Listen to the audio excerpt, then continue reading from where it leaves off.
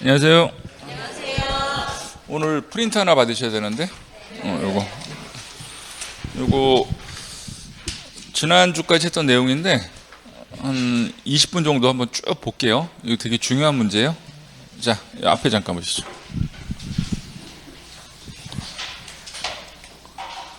자, 개정된 부분을 반영해서 총 10문제인데 지문으로 놓고만 12개 지문 정도인데 여기서 한두 개 이상은 답이 될 거예요. 되게 비중이 높은 거죠.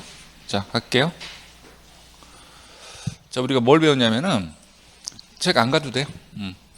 배우자나 직계 좀비 속간 이전은 원칙은 증여로 가죠. 그런데 파경대교로 대가 지급한 게 입증되면 유상으로 갑니다. 근데 여기서 이제 문제가 됐던 게 대가를 지급했는데 현저하게 낮게 대가를 지급하는 거예요. 이거를 작년까지는 손쓸 수 있는 방법이 없거든. 그래서 이제는 대가 지급한 게 현저하게 낮다.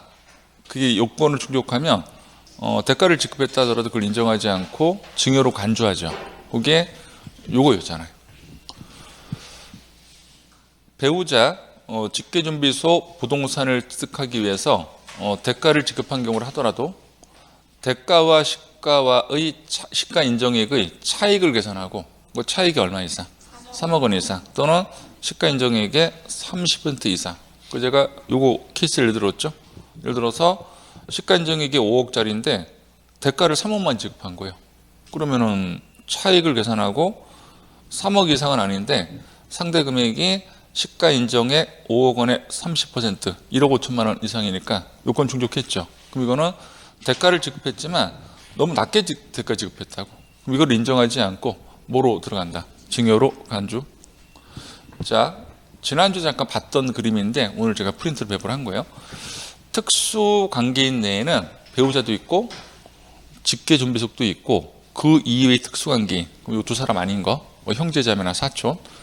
그럼 배우자나 직계 좀비속은 현저하게 낮게 대가를 지급하잖아요. 지금 배우는 이거를 무조건 먼저 적용하는 거예요. 요 증여 간주 규정을. 요 패턴 기억하세요? 이걸 무조건 먼저 적용하고 이게 적용이 안 될 수 있죠. 그렇다고 빠져나가는 게 아니고 바로 이어서 배우는 요 부당이익 계산을 적용하는 거예요. 빠져나갈 구멍은 없다는 거. 그 다음에 그 이외의 특수관계는 처음부터 요 부당이익 계산을 적용하고 요 패턴 지금 기억할게요. 10초. 틀을 머릿속에서 잡으셔야 돼요.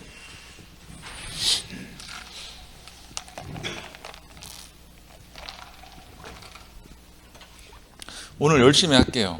저 커피 받는 학원은 되게 열심히 해. 진짜로. 커피를 안 주는 학원은 대충 해 그냥. 나 인간이요. 농담. 자, 지난주에 이미 PPT로 봤던 화면인데, 자, 여러분들 그 프린트 내용이죠. 자, 1번 문제에서 동그라미 1번. 여기 정확히 법조문이에요. 자, 보시면 당사자, 배우자 또는 직계준비소, 대가를 지급한 사실이 증명됐어요. 그렇다더라도 대가가 시가 인정액보다 낮다. 그러면 이제 우리는 비교를 해봐야 돼요. 그때 낮게 대가 지급한 거라 시가 인정액 뭐를 먼저 계산하시고 차액. 요 가로 채울 수 있어야 돼. 얼마 이상? 3억 원 이상 또는 차액이 시가 인정액의 100분의 30 이상. 요거죠. 이렇게 가로 넣기로 문제를 낼 수도 있어요. 요거를 제가 케이스로 바꿔봤어요. 요거 연구 많이 한 겁니다. 케이스. 이거 시중에 어디에도 이 문제가 없거든. 왜냐면은 작년 연말에 만들었기 때문에 이게 아직 문제가 나올 수가 없죠. 자, 문제를 제가 이렇게 내봤어요. 보시면 아내가 시가 인정액이 20억 원인 남편의 토지를 대가를 지급한 거예요. 16억 원의 대가를 지급했거든. 그럼 작년까지 이걸 유상거래로 봤단 말이에요. 근데 현저하게 낮을 수 있겠죠. 그러면은 자, 밑에 보시면 뭐를 먼저 계산한다? 차액 4억 원이 벌써 얼마 이상이야? 3억. 그 벌써 요건 충족했네. 상대 금액으로는 6억 원이잖아요. 그럼 하나만 충족하면 되니까. 그럼 이것은 자, 유상으로 취득한 것으로 본다. OX, X. 뭐로 간주한다? 증여로. 이렇게 낼 거예요, 시험은. 지문 하나로. 그러면 이거는 우리가 풀 수 있는 지문인데 이거 많이 공부 안 하시거든. 그리고 쉽지가 않은 파트인데 할 수 있어야 돼, 이 부분은. 그래야지 레벨이 올라가서 합격 점수가 나와요. 그러니까 건사건성해버리면 모의고사까지는 커버가 되는데 실제 시험은 응용이 있는 문제를 내기 때문에 커버가 안 돼. 요거 가능할까요? 자, 요거 정리하시고. 오, 안 적어도 되나 봐요? 다 안 와봐? 아니, 뭐 이렇게 간단하게 뭐 이렇게 적어야 되지 않나, 이거? 이게 해답인데? 아무리 내가 잘생겨도 내 얼굴만 바라보면 어떡해? 표정들이 그건 아닌 것 같다, 뭐 이런 표정들인데.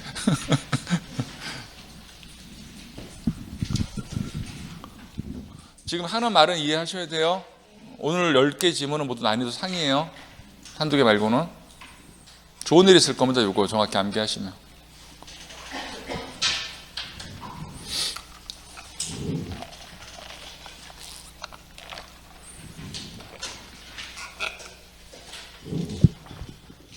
자, 두 번째로 가볼게요.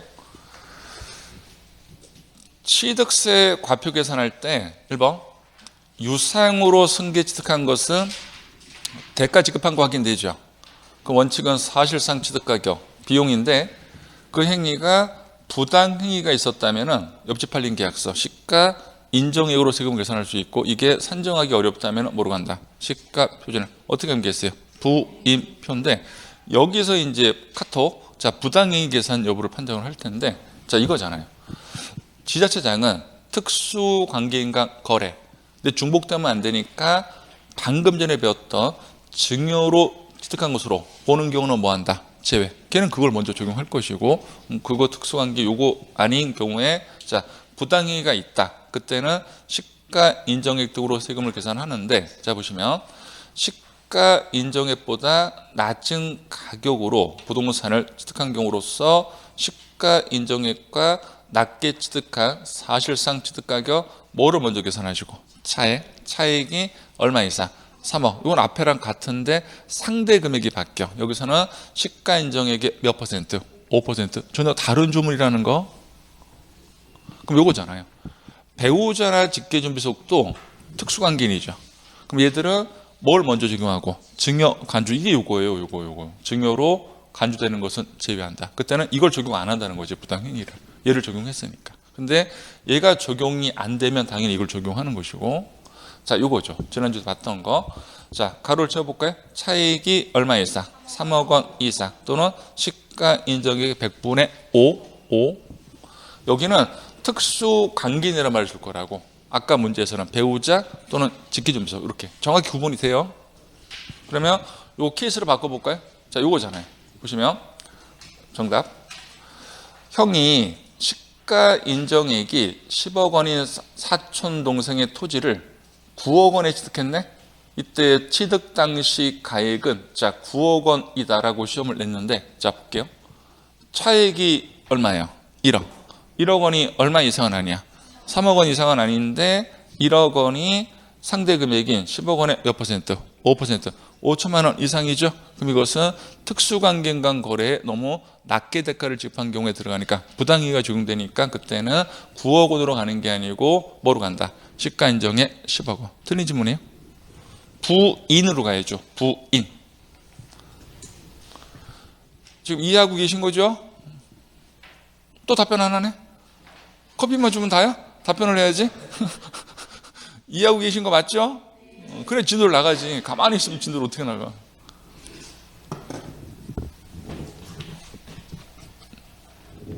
다른 분들은 답변 안 하고 그러면 아무 말을 안 하나 봐요. 그냥 강의하나? 세법 시간에 이 정도 답변 안 나올 정도면 다른 과목 완전 소타되었는데 거의 답변 안 한다고 보면 되는데 나는 답변 안 하면 용서를 안 하거든. 화이팅!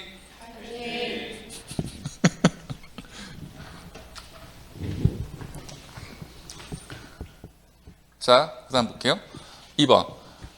무상은 상속은 무조건 시가 표준액이에요. 상표. 그럼 나머지 무상, 증여 등은 원칙은 시가 인정액인데 요건 충족 시 정하는 가로 갈 수 있죠. 그게 요거잖아요. 시가 표준액이 얼마 이하짜리를 취득하면 1억 원 이하 취득하면 되는데 A의 경우는 제외죠. A는 상속. 그러니까 상속을 제외한 증여 등을 1억 원 이하짜리를 받으면 그때는 원칙인 시가 인정액과 시가 표준액 중 뭐 하는 거예요? 납세자가 정하는 거예요. 이번에 가로를 신설한 거예요.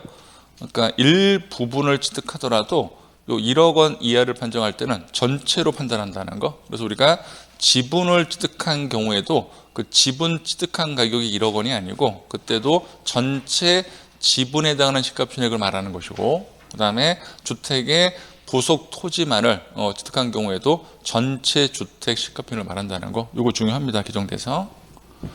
자, 오케이. 그러면 보세요. 제가 지난주에 봤던 건데 예외적 규정 등을 적용했을 때 시가 인정액으로 가는 게 있고 시가 표준액을 먼저 적용하는 게 있죠. 그게 세 개가 있었단 말이에요. 자, 상은 무조건 뭐로 가는 거예요? 시가 표준액. 이건 다시 보여드릴게요. 그러면 자, 오늘 문제 03번 가보실래요? 03번 맨 밑에. 자, 동그라미 1번. 얘는 원인을 뭘 물어봤죠? 상속. 그러면 상속은 시가 인정액으로 한다. OX, X 무조건 틀린 거예요. 뭐로 가셔야 돼? 시가 표준액. 이렇게 상표. 이거는 이미 기출됐습니다. 옳은 지문으로 해서. 자, 동그라미 2번을 보시면요. 보세요. 상속에 따른 무상취득은 제외예요. 그럼 증여등인데 시가표준액이 2억 원 이하가 아니고 이게 옳은 지문이 되려면 얼마 이하? 1억 원이야. 요 숫자가 바뀌었네. 이렇게 시험 바꿀 거예요. 그럼 1억 원 이하인 경우라면 시가 인정액과 시가 표준액 중 납세자가 정하는 거예요. 한다는 거. 2억을 뭐로 바꾼다? 1억. 이거 계속 반복하세요. 10개 지문.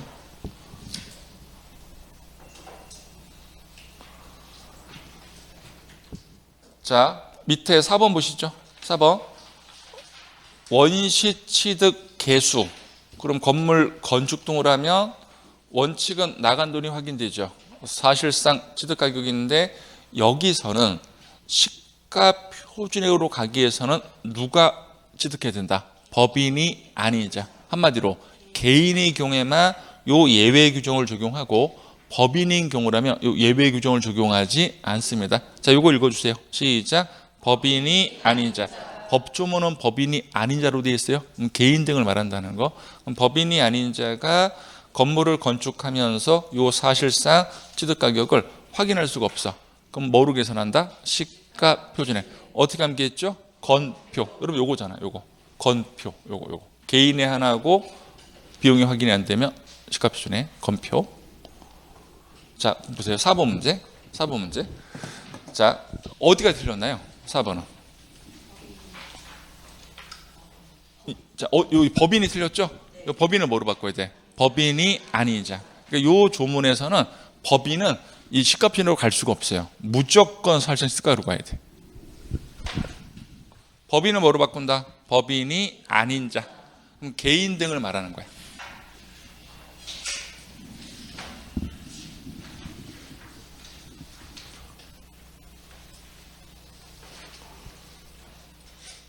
자, 5번. 이게 규정되어 있죠?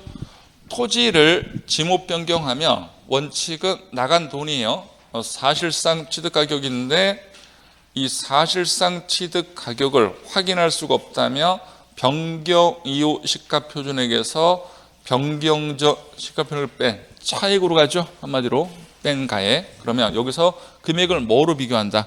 시가표준액인데 작년까지는 요 다만이 법인이 아닌 자에 한했지만 개인에 한했지만 우리부터 그 말을 삭제했다고. 그래서 요 조문은 앞에 거와 다르게 법인도 적용되고 개인도 둘 다 적용한다는 거. 자, 요거잖아요. 개인도 요 규정이 적용되고 법인도 적용된다는 거. 그러면 자, 5번 질문 볼게요. 어디가 틀렸나요? 시가 인정액 두 군데를 뭐로 바꿔야 돼? 시가 표준액 지표로 가셔야죠. 그래서 여기 보시면 다만 어디에도 뭐 법인이 아닌 자 이런 말 없잖아. 그러니까 이 규정은 법인이 아닌 자인 개인도 적용되고 누구도 적용된다. 법인 둘 다 적용되는 거예요. 아무런 멘트 쓰라도 옳은 질문이라는 거. 여기 아까 건축하고 차 있죠. 자, 여기 보세요. 그다음에 사실상 취득 가격하고 비용은 같은 말이죠. 직접 비용, 계약금 등은 당연히 들어가는데 이자 같은 거 간접 비용 중에서 건설 자금 이자랑 할부 이자 등하고 중개보수는 누가 취득하면 포함되고 법인 법인이 아닌 자는 포함되지 않습니다. 어떻게 암기했어요? 시작. 법인만 건설한 것을 할부로 중개할 수 있다. 자, 이거죠. 건설자금이자 할부, 연부이자, 연체료, 중개보수는 법인은 포함되지만 개인은 포함되지 않습니다. 그러면 자 6번 문제 보시면 요까지는 맞아요. 요까지는 맞는데 자 앞에를 바꿔도 되고 뒤에를 바꿔도 되는데 우리 법조문대로 바꿀게요. 자 우선 보시면 건설자금이자 할부, 연부이자, 연체료, 중개보수가 제외한 금액을 과표로 가기 위해서는 여기 법인이 취득한 경우를 뭘 바꿔야 돼? 법인이 아닌 자. 법인이 아닌 자. 법인이 아닌 자가 취득하는 경우에는 건설자금 이자 등은 포함한다, 제외한다. 제외한다. 그래서 앞에를 바꿀게. 법인을 뭐로 바꾼다? 법인이 아닌 자. 만약에 나는 이거 바꾸기 싫어. 이거를 살리고 싶어. 그럼 뒤에를 어떻게 바꿔야 돼? 제외한 금액이 아니고 포함한 금액. 법인은 포함해야 되죠. 중요한 거예요, 세계에.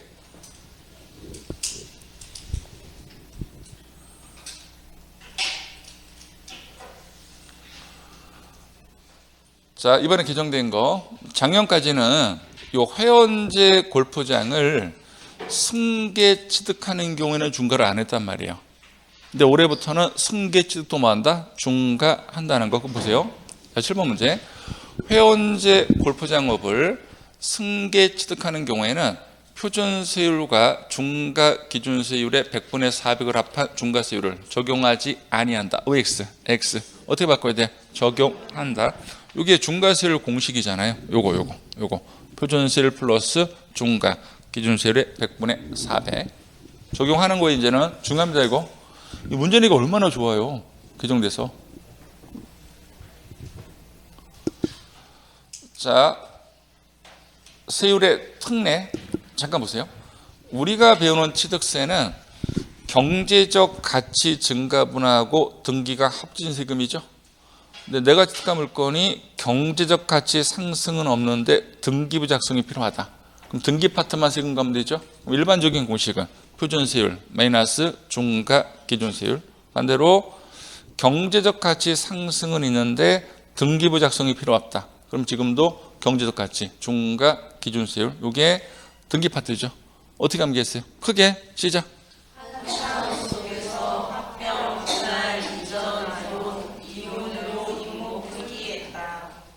뭔가 좀 밸런스는 안 맞네. 자, 여기서 본인 지분까지만 말하고 종전 가액까지만 말해요. 뭐 지분이 초과되거나 가액이 초과되는 것은 제외입니다. 경제적 가치가 있으면 안 되니까. 이렇게 암기를 했죠. 이게 경제적 가치. 시작.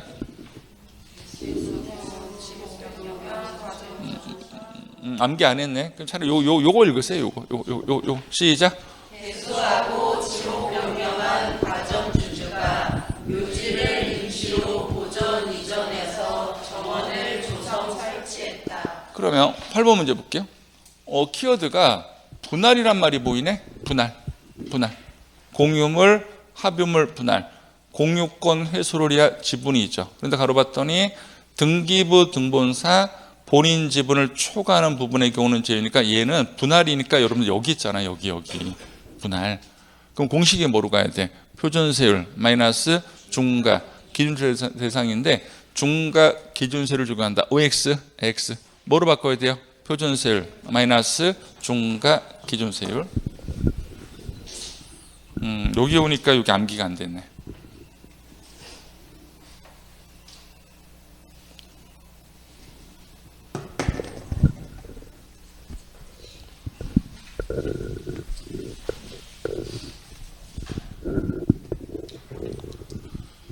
자, 보세요. 중과 대상 등이 아니었다가 중과 대상이 되거나 비과세가 부과로 바뀌거나 감면이 추징 등으로 바뀔 수 있겠죠. 그다음에 이런 날짜로부터 며칠 내에 내가 추가 신고 납부하고 60일 이미 납부한 세금을 뺄 때 뭐를 제외하고 뺀다. 가산세 제외. 이번에 바뀐 게 작년까지는 법인이 주택을 취득하면 원래는 중과세율을 적용해야 되는데 조업 목적에 사용하겠다고 표준세율로 세금을 내놨어. 그러면 일정 기간 내에 조업 목적에 사용을 해야 되는데 사용을 안 해. 그럼 작년까지는 바로 가산세를 때리면서 과세관청에 세금 추징이 들어왔지만 올해부터는 요 케이스에 집어넣는다고요. 중과대상으로 바뀐 거. 이런 경우에는 요 날짜로부터 며칠 내, 60일 내에 추가 법인이 신고 납부한다면 가산세는 때린다, 때리지 않는다, 때리지 않는다. 자, 보세요. 작년까지는 바로 가산세를 때리면서 추징했는데 올해부터는 신고 납부 절차를 신설을 했고 그 사유 발생일로부터 60일 내에 차익을 신고 납부하면 가산세를 부과한다, 부과하지 않는다, 부과하지 않고 요거죠. 느낌 기억하셔야 돼요. 그 다음에 작년까지는 종전주택이 하나 있던 사람이 이사 등을 가기 위해서 다른 주택을 먼저 매입해. 이게 일시적 2주택으로 신고 들어갈 수 있죠. 그러면 표준세로 세금을 내놓고 조건이 요 날짜로부터 몇 년 내, 3년 내 종전주택을 팔아서 1주택으로 만들면 그대로 표준세로 유지가 되는데 3년 내 종전주택을 못 팔 수 있죠. 작년까지는 바로 가산세를 때렸거든.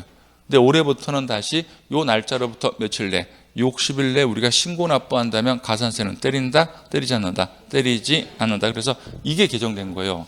작년까지는 요 날짜 내에 3년 내에 종전주택을 처분하지 못하면 바로 이 규정이 적용됐거든. 가산세를 때리면서 과세관청이 보통징수로.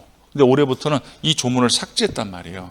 그럼 삭제를 했다는 것은 3년 내에 팔지 못했다더라도 바로 가산세를 때린다, 때리지 않는다, 때리지 않고 요 날짜로부터 그 기간이 경과 날짜, 3년이 경과 날짜로부터 우리가 며칠 내, 60일 내에 추가 신고 납부를 한다면 가산세는 때린다, 때리지 않는다, 때리지 않는다. 그럼 문제를 여러분 이렇게 낼 거란 말이에요. 자, 보세요. 9번 문제.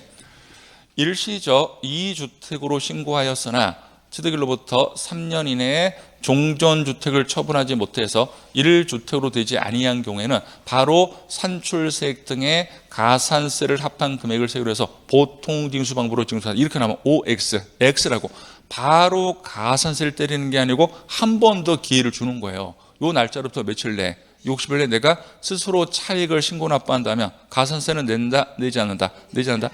반드시 기억하세요. 느낌.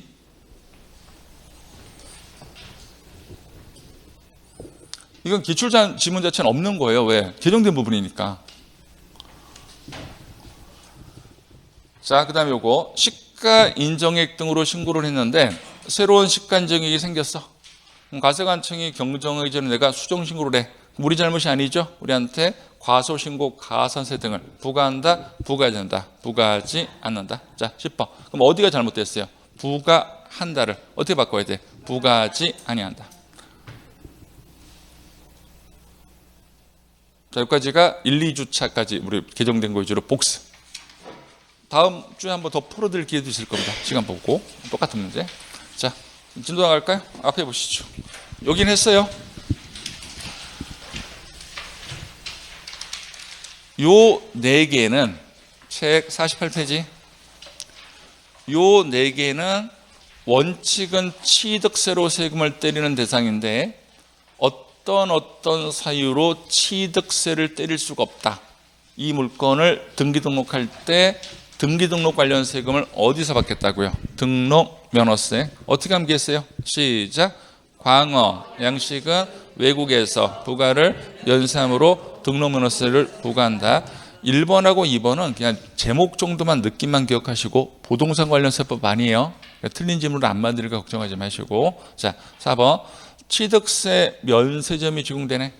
그럼 취득세는 때릴 수가 없죠. 등기할 때 어디서 관련 세금을 내야 된다. 등록 면허세고 취득세 부가 제척 기간 내에 공무원들이 세금을 확정을 해야 되는데 확정을 안 했어. 그럼 우리는 취득세를 낼 필요가 없죠. 그럼 제척 기간이 지나서 내가 등기를 했을 때 어디는 세금 안 내니까 취득세 어디서 등기 관련 세금을 내야 된다. 등록 면허세고 하나 느낌 기억할게요. 이 부가 제척 기간이 경과한 물건은 취득 당시라 지금 등기 등록 당시라 무려 최소한 몇 년 이상 발생해야 돼? 7년 이상 궤비 발생한다는 거. 느낌 좀 다 써먹을 거라는 거. 자, 이제 오늘 여기부터. 지난주 여기까지 했죠? 지난주 여기까지는 강의했어. 어디까지 힘들지도 몰라. 저는 기억을 해. 왜? 집에 가면 달력에 저는 반드시 적어놔. 일사는 오늘 어디까지 오전 강의 진행을 했고, 왜냐면 제가 일주일 지나면 잊어버리거든, 학원별로. 이 습관이에요, 강의 습관. 그래서 제가 그냥 그랬다 그러면 그런 거야. 자, 오늘 진도. 자, 48페이지. 등록 면허세는요, 법조문을 가면 등록을 하는 자가 세금을 내요. 누구 이름으로 쓰느냐인데, 여기서 등록을 하는 자는 등기 권리자랑 같은 말이에요. 여러분들이 공시법 시간에 배우실 텐데, 등기 권리자는 등기부를 작성할 때 권리가 늘어나는 자죠. 그래서 우리가 이제 등기부 작성을 할 때 그 설정하는 등기부를 바라보면 반드시 한쪽은 권리가 늘어나고 한쪽은 권리가 줄어. 이건 누구한테나 보이거든요. 이제 예를 들어 볼게요. 전세권을 설정해 볼까요? 을이 부동산 소유자고 갑이 전세를 들어가려고 해. 그래서 갑이 을 소유 부동산 을구에 전세권 설정 등기를 합니다. 그럼 지금부터 을 부동산 등기부를 바라봤을 때 전세권이 설정이 되면 이 부동산 소유자는 사용 수익할 수가 없단 말이에요. 그 기간을 동안 누가 사용하니까? 전세권자. 그럼 얘는 권리가 늘어나는 것이고, 부동산 소유자는 전세 기간 동안 사용 수익을 못 하잖아. 권리가 줄죠. 그럼 당연히 세금 누가 내야 돼? 전세권자가 세금 내는 겁니다. 그런데 나중에 전세가 끝났어. 그러면 을은 말소 등기할 거 아니야. 그 말소 등기하는 순간부터 본인이 이 부동산을 뭐 할 수 있어요? 사용 수익을 할 수 있죠. 그러면 누가 세금 낸다? 전세권 설정자. 똑같아. 이걸 암기하는 거 아니에요. 그럼 똑같이 저당권을 설정을 해. 그럼 저당권을 설정하는 은행 등은 경매권 등을 갖고 가잖아. 그럼 권리가 늘어나는 것이고, 부동산 소유자는 채권이 제한되니까 권리가 줄 것이고, 나중에 말소 등기를 하면 당연히 저당권 설정자, 부동산 현재 소유자가 채권 제한되는 게 풀려버리니까 권리가 늘어난다는 거. 남이 똑같다는 거. 여러분들이 매매를 해요. 그러면 매도인 권리가 늘어나요? 매수인 권리가 늘어나요? 매수인이 세금 내는 것이고. 자, 임차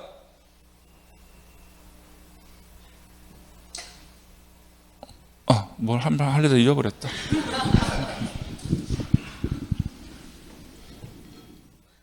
남의 부동산에 임차권을 설정할 거야. 임차권이란 말이 있나?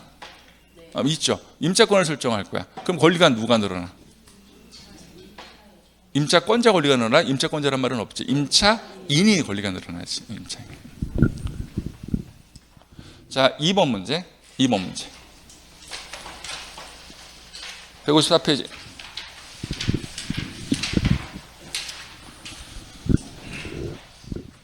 틀린 건데 1번 지문이 틀렸거든요. 이건 제가 뒤에서 바로 보여드릴게요. 뒤에서 바로. 자, 2번 가볼까요? 등록을 하는 자가 세금 내는데, 여기서 등록은 저당권 등을 설정하거나 지목을 변경하거나 저당권 등을 말소한다. 수민에 관한 사항을 공부해 뭐 하거나 등기하거나 등록하는 걸 말한다. 맞네요. 3번하고 4번을 묶어보시면, 3번 근저당권 설정 등기는 근저당권자 권리가 늘어나고, 4번 근저당권 말소 등기는 근저당권 설정자 또는 말소 대상 현재 부동산 소유자가 세금이 늘어난다는 거. 자, 뒤에서 배울 겁니다. 우리 등록 면허세도 지방세니까 납세지가 원칙은 부동산 소재로 가요. 부동산 소재지. 1번은 그냥 듣고 잊어버리실래요? 좀 다 배울 거예요. 등록 면허세를 신고를 다하지 아니했다 하더라도 납부를 다 했잖아요. 그럼 등록면허세를 적용할 때 신고를 한 걸로 의제를 해줘요. 다시 들어보세요. 신고를 안 하더라도 뭐만 했다면? 납부. 과세관청은 세금을 다 걷었잖아. 가산세를 때릴 실익이 없기 때문에 우리한테 신고를 한 걸로 의제를 해준다고. 다시, 뭐를 안 하더라도 신고, 뭐만 다 했다면? 납부. 법을 때릴 때 뭐한 것으로 우리는 의제받는다? 신고. 그럼 신고 관련 가산세를 내면 된다 안 된다? 안 내는 거예요. 근데 그럼에도 불구하고 무신고 가산세 등을 징수한다. 징수한다가 아니고 부과하지 아니한다로 바꾸시다. 바로 배울 거예요.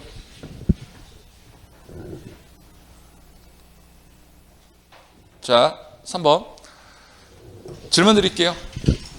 저를 보세요. 틀리기만 해봐요. 등록면허세 비과세라는 것은, 저를 보세요, 저를. 등록면허세 비과세는 등기부를 작성한다, 안 한다? 한다. 등기부를 작성함에도 불구하고 세금은 낸다, 내지 않는다? 내지 않는 게 비과세니까 비과세 받은 물건도 등기부 작성은 끝난 상태예요. 세금만 안 내는 겁니다. 자, 1번. 국가 등이 자기를 위해서 등록 등을 해. 그럼 등기부를 분명히 작성하죠. 근데 자기가 자기한테 세금을 신고할 수는 없잖아. 뭐 받는다? 비과세인데 외국 정부는 똑같아요. 상호주의예요. 외국 정부가 우리 정부 것을 비과세해주면 우리도 외국 정부 것을 비과세하겠지만 지금은 외국 정부가 우리 정부 것을 뭐 했어요? 과세. 그럼 우리도 외국 정부 거 뭐 한다? 과세. 자, 밑에 그림 잠깐 볼게요. 잠깐만 이해를 하시고 여러분들이 그냥 지문 암기하세요. 갑이 납부를 연체하고 있는 거예요. 세금을 안 내고 있습니다. 그러면 강남구청은 지방세를 걷기 위한 1단계가 갑소유 부동산을 압류를 들어간단 말이에요. 그러면 등기부에 압류가 들어와. 그럼 지금부터 등기부를 바라봤을 때 강남구청은 권리가 늘어나겠지만 얘는 권리가 줄 거 아니야. 그때는 강남구청에 세금을 내야 되는데 이 강남구청은 일본에 들어가는 거예요. 국가 등에 등록하는 거. 그럼 세금 낸다, 비과세 받는다, 비과세. 지금은 요거를 설명하는 게 아니고 압류가 들어간 이후에 갑이 화들짝 놀라는 거야. 조만간 본인 부동산이 공매로 넘어가서 처분될 것 같거든. 그래서 압류를 당한 이후에 나중에 세금 체납한 것을 완납을 한 거예요. 얘는 세금을 다 걷었어. 그러면 압류해 놓은 것을 놔둬야 돼, 해제해야 돼? 해제. 이거예요, 해제. 그럼 해제를 하면 누구 권리가 늘어나? 갑 부동산 권리가 늘어나지. 채권이 제한됐다가 풀려버리니까. 그러면 세금 원래 누가 내야 되는데? 갑이 내야 되는데 강남구청이 갑한테 전화를 하는 거야. 야, 너 최근에 체납된 세금 100억 다 세금 내줬네. 고마워. 너 압류 해지할 텐데 너 말소 등기할 때 6천 원 안 내지 마 이러는 거예요. 이해 갔어요? 그러니까 세금을 다 걷었기 때문에 말소 등기할 때 얼마 내는 거야? 6천 원. 그 세금 내지 말라는 거야. 보시면은 2번 체납으로 인한 압류 해제 등기 세금을 낸다, 비과세 준다. 비과세인데 지금부터 여러분들이 이 그림을 통해서 뭘 이해하려고 하지 마시라고. 시간 낭비가 돼. 그냥 강의 중에만 저랑 그림을 같이 보시고 여러분들은 등록 면허세에서 체납 압류제는요 여기밖에 안 나와요. 그럼 이 단어가 시험 지문에 보이면 과세한다, 비과세한다, 비과세. 그래서 등록 면허세에서 체납 압류해제는 비과세. 시작. 그렇게 그냥 암기하고 넘어가세요. 막 고민하지 마. 압류해제가 뭐지? 강의를 들으셔야지 그러면. 3번 우리 실수예요, 공무원 착오예요? 공무원 착오로 우리 등기부를 경정하는 거야. 그럼 우리한테 세금 때리면 안 되잖아. 지들 실수니까. 그 다음에 지난주에 언급했어요. 묘지에 관한 등기는 어디서 등기하는데? 등록면허세인데 돌아가신 분을 깨워서 세금을 달라고 할 수는 없잖아. 그래서 등기부를 작성함에도 불구하고 세금은 받는다, 비과세 받는다. 비과세. 그러면 자 기억 나눠볼게요. 묘지에 관한 등기는 분명히 어디서 했어요? 등록면허세. 세금만 안 낸 거야? 그렇다 하더라도 등기부는 작성된 거예요. 그러면 취득세에서 묘지란 단어가 보였을 때는 등기부랑은 관련이 있다 없다? 없으니까 취득세에서 묘지는 중과 기준세율 특례로 과세했지.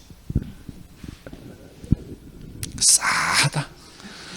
우리 중과 기준세율 대상이 저를 보세요. 암기를 했잖아. 아까도 봤어. 복수. 개수하고 지목 변경한 과점 주주가 묘지. 그럼 취득세에서 묘지는 비과세가 아니라고 경지적 가치는 세금 내야 돼. 뭐로 세금 내야 돼? 중과 기준세율. 근데 등록면허세는 비과세. 자, 말 끝나면 쫓아가세요. 좀 길어. 취득세에서 묘지는 중과 기준세율로 과세하고 등록면허세에서 묘지는 비과세한다. 좀 길지만 할 수 있어요. 우리 할 수 있어. 화이팅. 시작.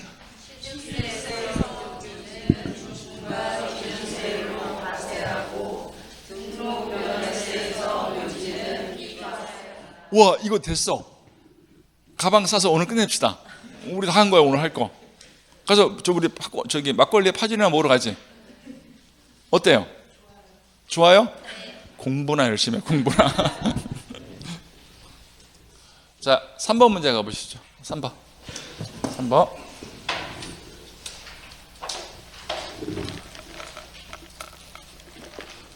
3번 가졌어요? 자, 보시면 등록면허세 비과세가 되는 경우로 틀린 거 찾는 것인데 1번 지자체 조합이 자기를 위해서 등록하네. 비과세. 지자체. 자, 2번은 키워드가 뭐가 보여? 묘지. 비과세.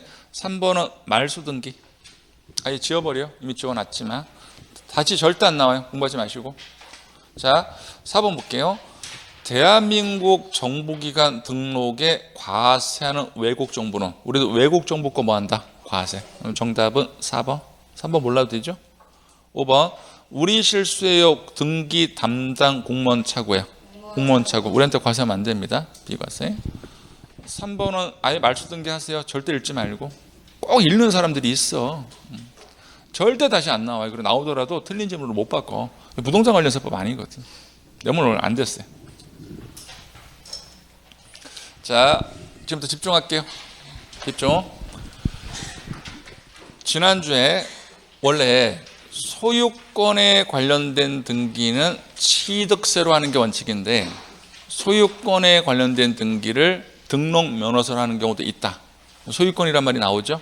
그럼 당연히 과표는 부동산 가격으로 하는 거예요. 이거 중요해요. 가등기는 민법 시간에 배우시겠지만 두 개가 있다고요. 소유권 이전 청구권 목적 가등기가 있고 저당권의 일종이 담보가등기가 있거든요. 가등기 앞에 소유권 이전이란 말이 붙으면 이것은 소유권 확보 목적이야. 그럼 당연히 과표는 부동산 가격인데 만약에 가등기 앞에 담보자가 붙으면 이것은 저당권의 일종이에요. 그때는 채권 금액을 과표로 합니다. 근데 현재 법조문을 가면 가등기 앞에 요 가정이 없어요. 그러면 둘 다 동시에 답을 하셔야 돼요. 그래서 그냥 시험 지문에서 가등기 설정을 물어본다면 과표는 두 개가 같이 나와야 돼요. 부동산 가액 또는 채권 금액 같이 나와야 된다는 거. 그다음에 지상권, 당연히 토지 위에 지상권이 있죠. 부동산 가액. 그래서 우리 이것을 이렇게 암기를 해왔어요. 소, 가, 지는 부동산 가액으로. 그다음에 가등기 중에서 담보가등기라 경매 신청, 가압류 저당권 가처분, 가압류 저당권 가처분은 모두 내거 채권 금액을 확보받기 위해서 남의 권리 제한 들어가는 겁니다. 당연히 뭐를 과표로 한다? 채권 금액. 가압류 가처분 특히 주의하세요. 가처분도 최종 목적은 채권 확보 목적이에요. 근데 느낌이 부동산 처분 이런 느낌이 들거든? 아니요. 얘는 저당권 일종이라는 거 그렇게 생각하세요. 우리가 이것을 이렇게 암기했죠. 시작. 담보가등기를 경매에서 가져가세요. 채권 금액으로. 지역권은 혜택을 받는 쪽이니까 요역지 가액으로 가고 전세권 설정은 전세 금액. 임차권 설정은 주의사항. 임차 보증금은 영향 미치지 않아요. 뭐를 과표로 한다? 월 임대차금. 여기에 전세권 설정과 차이점이에요. 전세권 설정은 전세 금액이니까 전세 보증금 자체가 과표인데 임차권 설정은 임차 보증금은 영향 미치지 않습니다. 시험에 주면 미끼 상품이에요. 무조건 뭐만 과표를 한다? 월 임대차 금액이고 모든 말소 등기 등은 얼마로 뭐로 간다? 건당 6,000원. 그러면 어떤 한 분이 질문을 하시더라고요. 선생님, 전세권 1억 원짜리를 말소하더라도 건당 6,000원이고 전세권 50억짜리를 말소 등기하더라도 건당 6,000원이에요. 네. 말소 등기는 금액이 달라질 이유가 없잖아. 근데 그분 생각은 이거야. 선생님, 그래도 50억짜리를 말소하는데 좀 더 이렇게 좋은 걸로 말소하지 않? 그럼 뭐 50억짜리는 뭐 금태로 말소를 해? 말이 안 되는 말이지. 말소는 무조건 줄 하나 그면 되는데 6,000원 똑같다는 거. 그럼 지금까지 과표가 끝났네요. 그럼 지금부터 이제 세율인데 세율을 이해 형태로도 잠깐 보고 암기 형태로도 볼 겁니다. 여기에서 이 표에서 최근에 한 8번 나왔단 말이에요. 보세요. 이게 우리가 암기했던 취득세 표준세율이에요. 그럼 우리가 암기했던 취득세 표준세율은 경제적 가치 증가분하고 등기가 합친 세금인데 등기 파트를 등록 면허세로 미리 할 수 있다고 제가 말씀을 드렸잖아, 실무에서. 그럼 그때는 등록 면허세에서 보존 등기, 이전 등기를 했다는 말이 나와요. 그럼 우리는 등기 파트를 계산할 수 있었잖아. 어떻게 계산하면 되냐면 우리가 암기했던 취득세 표준세율에서 경제적 가치를 빼면 되잖아. 얼마를 빼면 돼? 1000분의 20을 빼면 그게 나머지가 등기 파트죠. 이렇게 등기 파트를 등록 면허세로 이미 등기부를 작성했다면 취득세는 경제적 가치만 추가내는 특례 대상에 이게 들어가는 겁니다. 그러면 예를 하나 들어볼게요. 자, 원시 취득은 취득세가 28이네. 그럼 28 내에는 경제적 가치 20과 등기 8이 합쳐졌는데 경제적 가치를 빼볼게요. 그럼 등기 파트가 얼마 남아? 1000분의 8. 이게 여러분들 요거예요. 등록 면허세에서 소유권 보존 등기는 8. 숫자가 기 나오는 게 아니고. 그러면 또 해볼까요? 자, 유상거래입니다. 그럼 아무런 말이 없으면 높은 곳으로 가. 그럼 1000분의 40에서 경제적 가치 20을 빼. 그럼 얼마가 남아? 20. 그럼 여러분 요거잖아요. 요거. 유상거래, 야, 요거 20. 20. 자, 상속하고 상속 외를 갔더니 상속은 높은 게 28이고 증여는 높은 게 35잖아. 그럼 여기서 각각 20을 빼면 얼마가 남고 8이 남고 15가 남죠? 그럼 요거잖아요. 요거 8이로. 근데 문제가 발생하는 게 나머지는 1000분의 20을 빼면 되는데 1000분의 20을 뺐을 때 마이너스가 나오는 구간이 있거든. 그게 유상거래 주택. 유상거래 주택은 1000분의 10짜리가 있잖아. 그럼 여기서 1000분의 20을 빼면 마이너스가 나오죠. 세율의 마이너스라는 것을 허용할 수가 없기 때문에 이때는 예외 규정을 두는 거야. 그래서 이때는 등기 파트를 그냥 약속으로 정한 겁니다.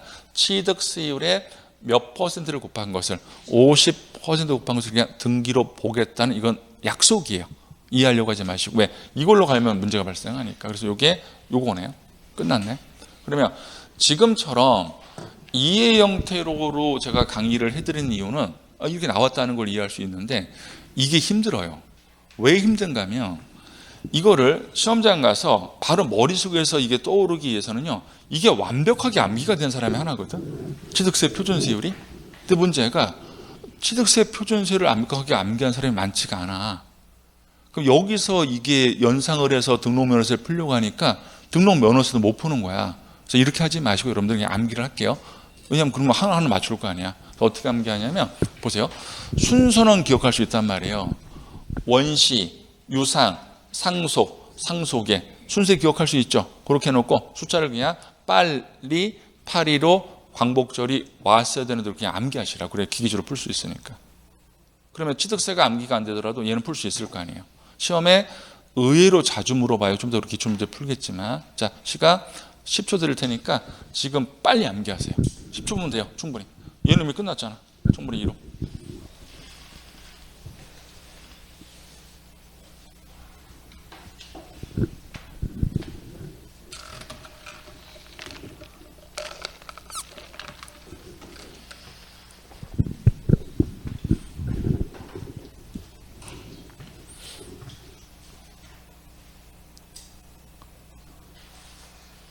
이제 덥네. 자, 내용 들어가 볼게요. 동그라미 1번. 취득세 과표는 대원칙이 취득 당시 가액이고요. 지금 배우는 등록면허세는 대원칙이 당연히 등록 당시 가액이에요. 과표가. 그럼 이 등록 당시 가액을 우리가 얼마입니다? 신고한 가액. 근데 신고를 안 했어. 그럼 과세관청은 공시가격이 시가 표준액으로 세금을 계산하고 질문 드릴게요. 우리가 신고를 했는데 시가 표준액이 10억짜리야. 과세관청에 12억에 신고했어. 여러분들 과세관청이야. 반대한다 안 한다? 안 하죠. 세금 더 거치니까. 이때는 문제가 안 생겨. 그런데 8억에 신고하네. 그럼 시가 표준액보다 낮게 신고했죠. 이것은 과세관청이 인정 안 해. 그때는 뭐로 간다? 시가 표준액. 그래서 보시면은 신고가액이 뭐보다 작다면 시가 표준액. 시가 표준액. 그다음 아까 원칙은 취득세인데 취득세에서 세금을 때릴 수가 없다. 이 물건을 등기를 할 때 등록 면허세로 등기 관련 세금을 받는 4개 큰 부류가 있었죠. 자, 어떻게 하겠죠? 광어 양식은 외국에서 부가를 면세함으로 등록 면허세에서 부과한다. 그 4개는 동그라미 2번으로 가요. 보세요. 취득세, 면세점 등에 해당하는 물건의 등기 등록은 취득세 것을 갖고 온 거잖아. 그러면 등록면허세 과표도 취득 당시 가액으로 가는 거예요. 그런데 하나 문제가 발생하는 게 아까 제가 느낌을 말씀드렸는데 취득 당시랑 등기 당시랑 시간차가 너무 심한 물건이 하나 있죠. 4개 중에. 그 4개 중에 하나가 뭐다? 부가 제척견이 공간 물건도 이때로 과표를 가버리니까 너무 심하니까 이거는 예외의 규정을 만들어놨어. 이 물건만큼은 현재 등록 당시 가액과 취득 당시 가액을 비교해서 높은 가액을 과표로 간다는 거. 그래서 가로 볼게요. 자, 가로 보시면 취득세 부가 제척 기간이 경과 물건은 등록 당시 가액과 취득 당시 가액 중 무슨 가액으로 한다? 높은 가액. 4개 중에 요거 하나는 예외예요. 다만 취득 당시로 가는 경우를 하더라도 등록 당시에 자산을 재평가한 거야. 그러니까 취득하고 등록 당시에 갑자기 뭐 자산 가치가 막 10배 뛰었어. 그럼 어떤 법률로 자산을 재평가하거든? 그럼 재평가 후 금액으로 가야겠죠? 그것을 우리는 이렇게 표현합니다. 변경된 가액. 근데 시험을 이렇게 내네. 자산 재평가 등으로 가치가 바뀐 경우에도 자산 재평가 전 가액을 과표를 한다. OX, X. 평가 후 금액을 우리는 어떻게 약속한다? 변경된 가액. 그래서 보면 후란 말은 안 씁니다. 그 후를 어떻게 대체한다? 변경된 가액. 3번. 채권 금액이 없을 때는요. 채권 목적이 된 것의 가액 등이니까 목적자만 기억하시죠. 그래서 이거는 어디 국가고시에서도 틀린 지문으로 낸 적이 지금까지 단 한 번도 없어요. 왜? 바꿀 데가 없거든. 이게 뭐냐면은 듣고 잊어버리세요. 채권 금액이 원래는 10억 원이에요. 근데 서류에 채권 금액 10억 원이 확인이 안 돼. 그럼 등기부에 채권 최고액이 기재가 되거든. 그게 채권 금액보다 높아요. 그게 이거예요. 목적. 이게 실무상 내용이니까 굳이 이해하려고 하지 마시고 채권 금액이 없대. 그럼 무슨 글씨만 찾는다? 목적자만 찾아. 앞에 있는 내용이 뭔지 이해하려고 하지 마시고. 그럼 4번 요거죠. 자, 앞에 보세요. 사실상하고 공부상하고 어떤 게 달랐을 때 대부분은 사실을 원칙으로 하고 예외적으로 공부로 가죠. 근데 지금 배우는 등록면허세는 처음부터 서류 이름에 누구 이름을 쓰는지가 중요한 세금이거든. 얘는 처음부터 공부로 가. 이게 특이한 케이스라는 거. 그래서 보시면은 4번 신고서상 금액과 공부상 금액이 다르다. 얘만큼은 처음부터 서류로 가니까 뭐를 원칙으로 한다? 공부. 자, 5번 중요합니다. 자, 저를 잠깐 보시죠. 아까 임차권을 설정을 하면 과표는 월 임대차 금액이 되고 세율은 1000분의 2죠. 그럼 질문 드릴게요. 임차권 설정을 할 건데 월 임대차 금액이 100만 원이라고 시험에 줬어. 그럼 100만 원의 세율은 1000분의 2를 곱하면 되죠. 지금부터 이 계산은 제가 어떻게 못 해드려요? 바로 답해 주셔야 돼. 100만 원 곱하기 1000분의 2는 얼마 나와요? 빨리요. 지금 이게 답변이 안 나오면 문제가 있는 거야. 계산기 두드리든 뭐 해야지. 2,000원 나오죠. 그러면 2,000원 우리가 세금 내는 게 아니고 내가 산출한 세액이 6,000원보다 적게 나오잖아요. 우리는 최소한 6,000원을 올려서 세금 내야 돼. 그럼 2,000원 내는 게 아니고 얼마로 낸다? 6,000원. 보시면 산출한 세액이 얼마보다 적다면 6,000원. 안 내는 게 아니고 얼마로 올려서 낸다. 6,000원. 반드시 기억하세요. 자, 얼마보다 적다면 6,000원. 안 내는 거 아니에요. 얼마로 올린다? 6,000원. 최소한 6,000원 세금을 내야지 등기부를 작성할 때 종이값하고 잉크값이 커버가 된다고 물가가 올라서. 이게 몇 년 전에는 3,000원이었거든. 이거를 100%를 인상해갖고 제가 국회에 전화했다니까. 야, 좀 심하지 않냐. 어떻게 100%로 올리는 세금이 어디냐. 우리가 3,000원에서 6,000원이면 금액은 크지 않죠. 근데 퍼센트로 놓고 봐야지. 100% 올리는 세금이 어디 있어. 그래서 전화했다고 따졌다니까. 그래도 한 4,000원으로 하자 그랬더니 말을 안 듣네. 100%란 건 없어요. 아무리 금액이 작다 하더라도. 자, 조례로 표준세율은 100분의 50범에서 뭐 할 수 있다? 가감할 수 있다. 자, 이거 풀고 쉬었다 할까요? 쉬었다 풀까요? 풀고 쉬어요? 쉬었다 풀어요? 풀고 쉬어요? 와, 이 열정. 어차피 못 풀 거니까. 자, 앞에 보세요. 5번. 갑이 당사자를 주관 기입하시면 안 돼. 갑으로 바뀌니까. 갑이 을 소유 부동산의 전세권을 설정을 할 거예요. 그러면 부동산 소유자가 여기서는 을이잖아. 그럼 얘가 전세권 설정자가 되고 전세를 들어가는 사람이 누구예요? 갑. 얘가 전세권자. 그럼 설정시니까 전세권자 갑 권리가 늘어날 겁니다. 자, 틀린 거 1번. 납세의무자는 전세권자 갑. 맞죠? 그 다음에 부동산 소재지와 주소지가 달라. 지방세니까 납세지는 바로 배워요. 주소지가 아니고 어디로 가야 돼? 부동산 소재지. 정답은 2번. 3번. 전세권 설정 등기는 과표는 전세금액, 세율은 1000분의 2 맞고요. 4번. 이 산출세액이 얼마보다 적게 나왔다며? 6,000원. 안 걷는 게 아니고 얼마로 올려서 걷는다? 6,000원. 그 다음에 5번. 만약 병이 갑으로부터 전세권을 이전받으니까 갑은 권리가 줄고 병은 권리가 늘어나겠죠? 그럼 세금 누가 내야 돼? 병. 그래서 병이 세금 낸다. 이렇게. 얼마나 깔끔해요, 세법이. 그러니까 여러 세법이 쉽지는 않은 과목인데, 근데 이게 말을 이렇게 비비 꽈서 시험을 안 내거든. 한두 문제 말고는. 그래서 정직하게 지문을 많이 구성하기 때문에 조금만 정확하게만 좀 애써주시면 세법은 그래도 어느 정도 밥벌이 해요. 근데 이제 정확해야 돼. 정확해야. 숫자가 섞이는 과목이기 때문에 정확한 암기가 안 되면 세법은 감당이 안 돼요. 이게 다른 법과 또 차이가 나는 단점이야. 그러니까 민법 같은 과목은 숫자가 많이 안 섞이기 때문에 내가 이해를 하고 있으면 정확한 암기가 안 되더라도 지문을 해석할 수가 있거든. OX를 판정할 수 있는데 세법은 숫자가 섞여서 숫자를 바꿔버리기 때문에 정확한 암기가 안 되면 아예 이해라는 게 의미가 없어지거든요. 그러면 반대로 생각하면 내가 숫자를 정확히 암기했다면 그 지문이 이해가 안 갔다 하더라도 객관식을 맞출 수가 있다. 그런 게 또 장점이 될 수도 있고. 아무튼 화이팅! 쉬었다 해요.